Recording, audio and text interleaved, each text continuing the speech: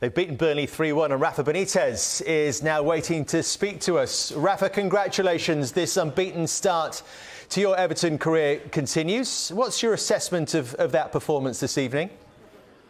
Thank you very much and good evening to everyone. I think the team was doing what we were expecting against a very physical team. They were doing well in the first half, pushing. We tried to manage with the three centre-backs and then they were pushing and pushing, but they didn't have very clear chances. And we have maybe the final pass was not good enough. And then when they scored, we adjust a little bit. We scored our goal and adjust to a 4-3-3 and much better, and we could score maybe two more goals. Was that the key to it then, that change of formation? OK, you'd equalised before that point, but was that a much more relaxed and natural Everton from that point onwards? No, I think that the reaction of the players, it doesn't matter, the system was very good. So you can see the commitment, you can see the fans as soon as we attack a little bit, they are behind the team. So the change at the end gave us a little bit more control when we scored the goal, but it wasn't the difference. For me, it's the attitude of the players that was very good. Rafa, you went to a back three and it's been more like a 4-4-2 for the first three games this season. Was that because you were coming up against Burnley, or was the fact Calvert-Lewin was out? I mean, what was the actual reason for the change in system? Yeah, it was clear that you could see how they play. They pass the ball to the strikers, they put the ball into the channels, and they challenge for everything, they look for second balls. And then when you play two centre-backs, you have more problems. With three, you have a little bit more control, or at least you can cover a little bit better. But the problem that we had is we were not pushing enough as a team to be sure that they couldn't put ball. But it was difficult because when you try to push, they kick the ball long, put the ball behind, and then you have to challenge. So it was the idea to control them. We didn't have the control of the game, but we didn't have too many problems, real problems in terms of clear chances for them. But we were under pressure, so then the change of the system was to be sure that we could go forward with more, I would say, more clarity, more quality to create better chances.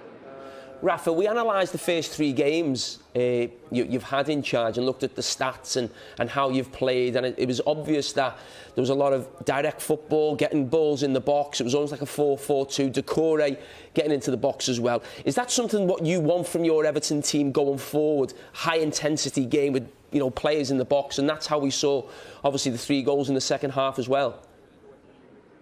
I lost communication. I don't know, you can hear me now. Can you hear us? Can you hear us, Rafa? Because it was very tight. It was... Wait a second. Can you hear us, Rafa? Yeah, it's fine. It's my fault. Jamie's asking you about the tactics so far. No, I could hear that. Yeah. Yeah, I think we will try to play with high tempo. It's like the fans like, and then also for me it's important to do that in the Premier League. To get people into the box, as you say, Decore, wingers making crosses and strikers. So I think it's just what everybody is expecting here, and we try to do that. At the same time, always I talk about balance. We need to have balance and be sure that we are strong in defence. So still, it's at the beginning. Still, we have to adjust to many things. So then I'm really pleased with the commitment, with the reaction of the players, with the connection with the fans. But still, I think that we have plenty of room for improvement. Rafa, it was a brilliant win for you tonight. But I wanted just to ask you about the new application of the lighter touch by the referees, obviously less intervention with VAR. There was a challenge by Tarkowski on Richarlison over on the far side away from you. I just wanted to know whether you think that the balance is right from the referees. You're smiling a little bit, so I'm sensing you've got... Yeah. I had the feeling on the pitch that was too strong. The tackle was too strong. It doesn't matter if when the ball is in the middle, you play as a fullback and Carra as a centre back, or sometimes fullback. I didn't like that. You have the ball. You have the ball in the middle. The player is behind. When you go with so much power, you know that you get the ball or you get the ankle. So the referee needs to understand that. I think it was very clear. Watching the replay, it was even more clear. So then, for me, it's a decision that has to make. But okay, it's fine.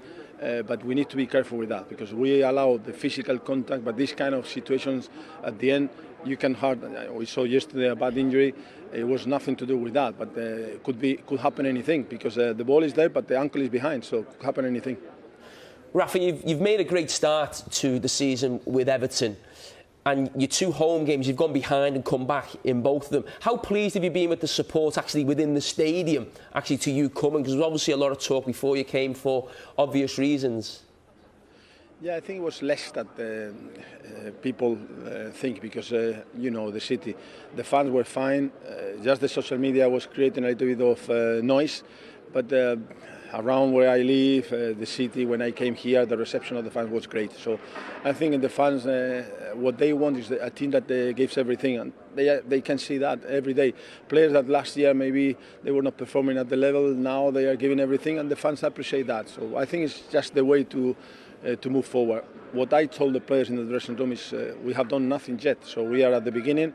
We have to improve so many things, but we are really pleased because everybody is trying to do their best. But you've taken 10 points, Rafa, from the first 4 games. What can you share with us about your targets for this season? 13 after the next game. That's it. As simple as that. Each game as it comes.